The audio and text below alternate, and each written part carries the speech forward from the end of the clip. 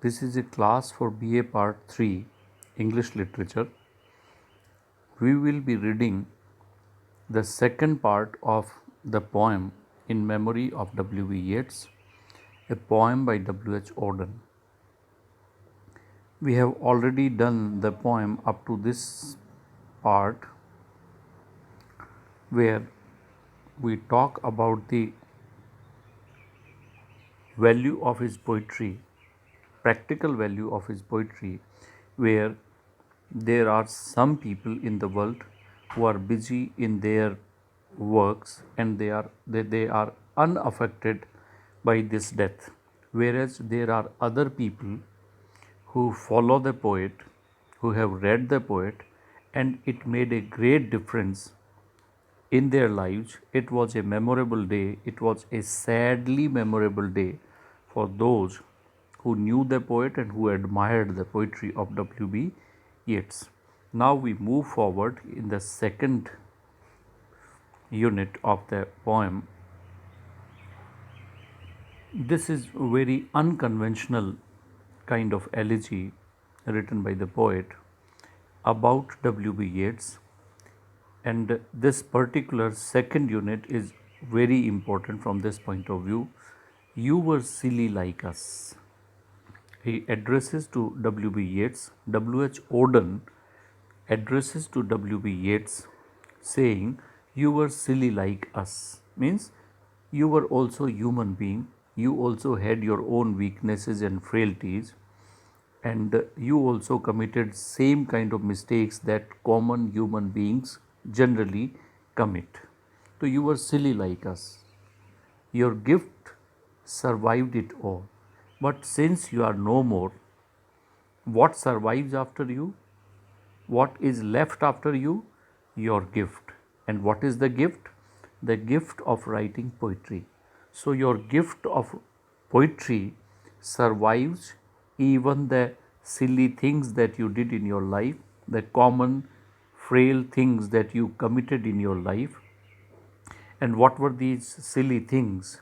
The mistakes or the errors that a man generally commits. The parish of rich women. Paris here refers to the place, or generally it means a church, but here it simply means a place where rich women would congregate, would gather. The parish of rich women.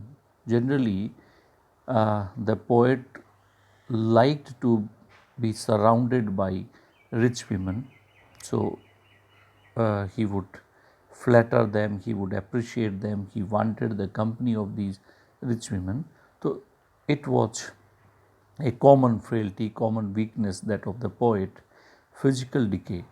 And the second thing that we come across while reading his poetry is he has a constant theme of physical decay. He was worried about this, he cared about this, and he has written a lot, and he has written beautifully on the physical decay of human beings. This was of great concern to the poet, that the people who are very energetic, who are full of energy in their youth, how they become physically decayed in their later life. So it was this is the mystery of life. This is actually the fate of destiny of human life. So this physical decay was also one of his constant themes which he has expressed in his poetry, and he was himself a victim of it.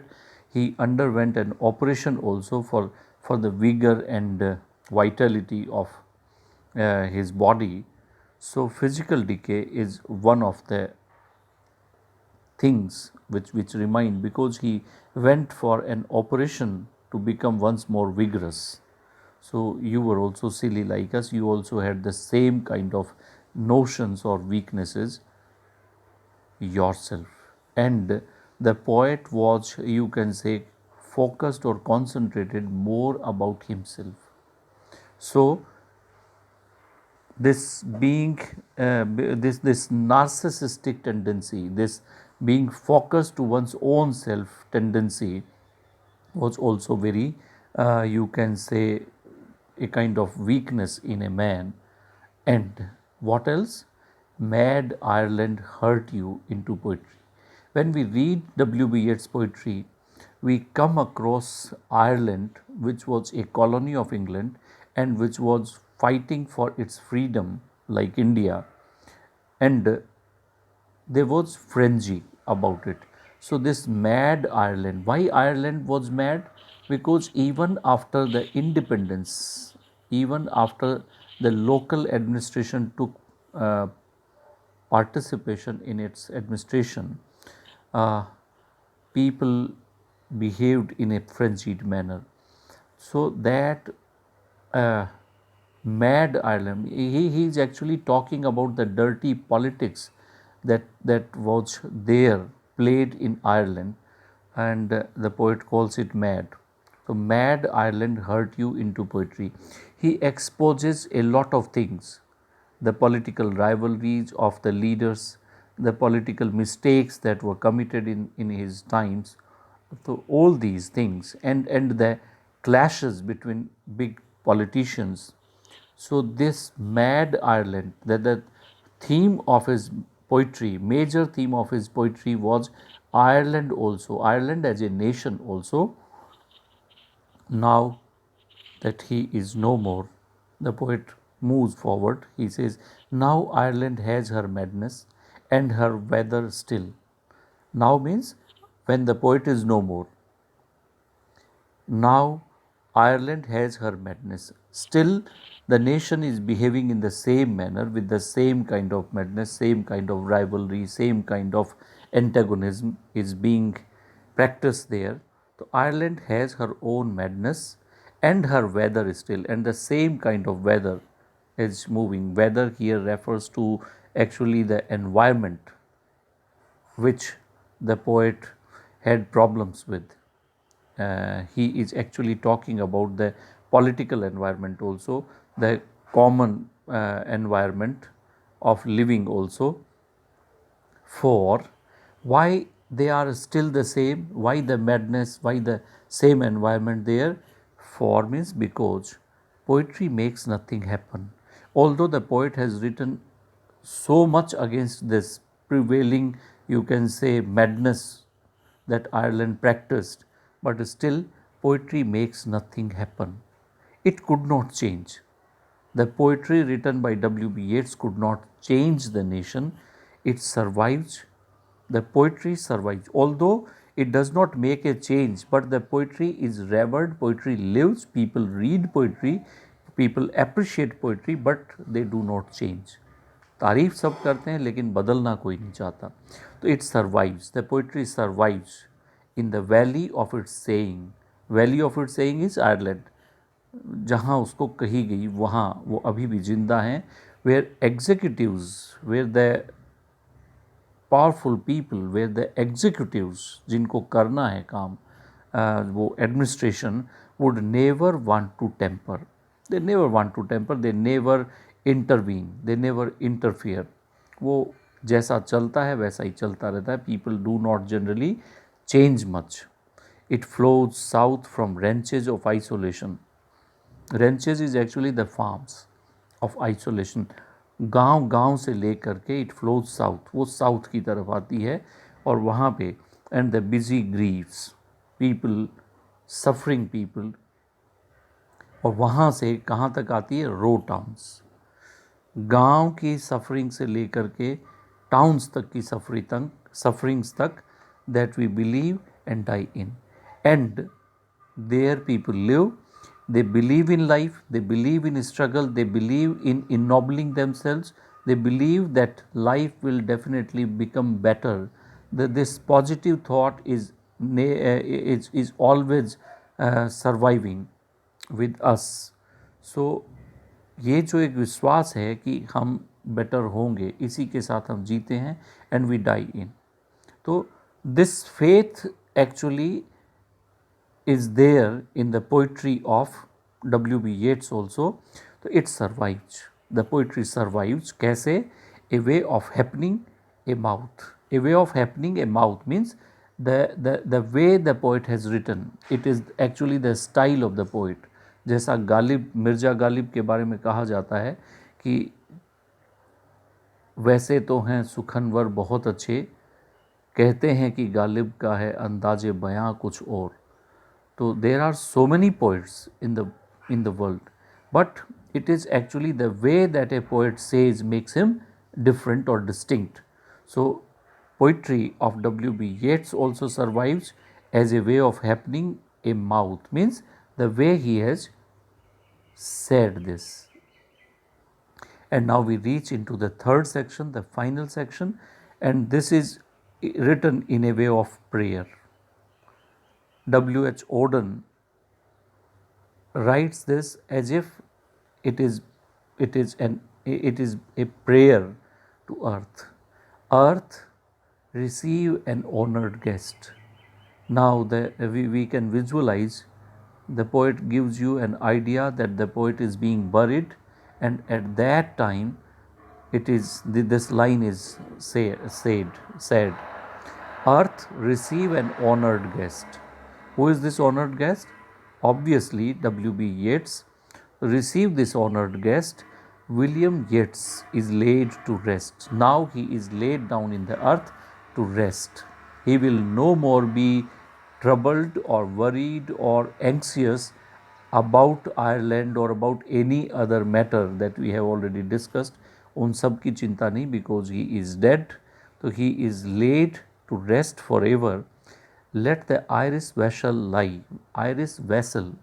Actually, W.B. Yeats was full of Irish notions. Nationality, nationalism lived in him. So he is compared with an iris vessel. So ye iris vessel lie emptied of his poetries. Let him lie there in the grave, lekin emptied of his poetry. Now the dead body lies in the grave, lekin poetry is emptied out of the body, means poetry is already come. The poetry written by W.B. Yeats has already come on papers. So he is emptied of the poetry.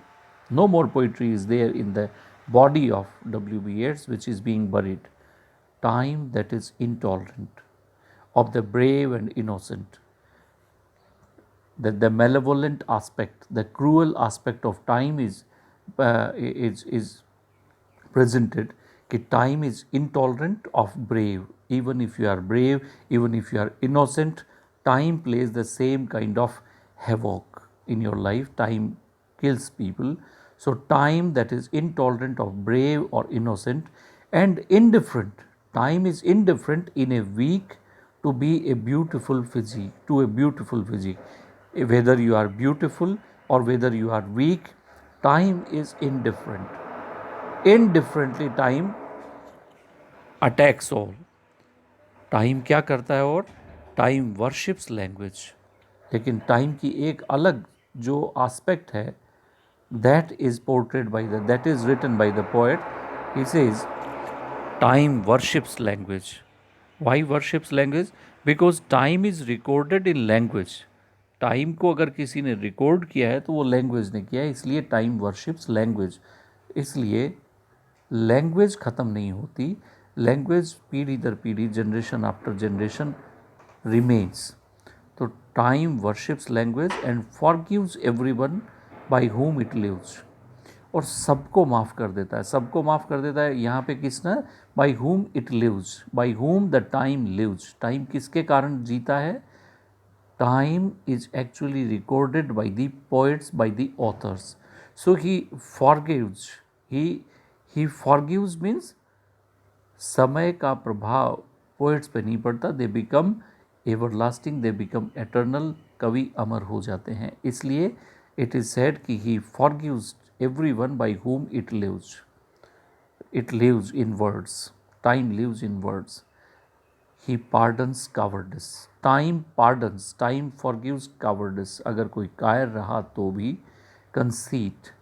Author अगर conceited था, conceited means egoistical, बहुत उसमें ego था तो भी, lays its humors at their feet. और time अपने honours को, अपना जो ऑनर है उसको उनके चरणों में रख देता है। मतलब time considers itself to be supreme, but still the honor is put into the feet of writers, authors. समय उनके आगे तो झुकता है, कहना ये चाहता है poet. Time that with this strange excuse, ये बड़ा स्ट्रेंज सा एक्सक्यूज है कि समय झुकता है उनके सामने जो लिखते हैं। तो with this strange excuse, time pardoned Kipling. He remembers two particular poets here. Rudyard Kipling is actually considered to be the colonial poet, and his colonialism, spreading of empire, ऐसी जो टेंडेंसी थी इंग्लैंड को highlight करने की, जो उसकी tendency थी, उसके लिए he was criticised, Kipling was criticised. तो Kipling and his views were pardoned by time with this strange excuse, and time will pardon Paul Claudel also. Paul Claudel is actually a French poet. Uh, he he was deeply religious, and he was a very he gives beautiful descriptions in a psychological manner of his subjects, and he was nominated for Nobel Prize many times, many times. So he was a great poet, undoubtedly, but he involved himself into adultery, and he was criticized for this. But still, nobody will remember, the poet believes, his adulterous behavior or the incident in his life that he took. Even church disowned him for a time being, लेकिन उसके बावजूद time will pardon him, means a time in future will come when Paul Claudel's this aspect will be forgotten. Time will pardon Paul Claudel. लेकिन ये क्यों pardon हो जाता है? Pardon him for writing well, because he writes well. तो Kipling and Paul Claudel both were pardoned. They will be pardoned in the coming times because their writing is beautiful. Their writing is of very great kind. In the nightmare of the dark, all the dogs of Europe bark. He is actually trying to portray the scene of World War II. The world was on the brink of war, and all the European dogs, here dogs refer to the barking leaders of the world. दुनिया में एक दूसरे पे attack कर रहे थे लोग, दुनिया के बड़े leaders. So all the dogs of the Europe bark, and it is a nightmarish atmosphere. सबको बुरा स्वप्न जैसा समय गुजर रहा है. And the living nations wait, और यूरोप के बाहर जो दूसरे देश हैं, द लिविंग नेशंस जो हैं, they wait, each sequestered in its hate. और सारे नेशंस डिवाइडेड हैं into their hate. Hate means कहीं ना कहीं European countries were entangled in, you can say, hatred. They hated each other. They were on the brink of war. लड़ाई में बिल्कुल सीमा पर थे, कब लड़ाई शुरू हो जाए. और बाकी की जो दुनिया के देश थे, they were sequestered, they were isolated, अलग अलग थे, लेकिन they were also soaked with hatred. कहने का मतलब उस कुछ देश इस देश के साथ, कुछ उस देश के साथ, कुछ उस देश के साथ, ऐसे. Every nation has aligned with some other nation because they hated something or the other.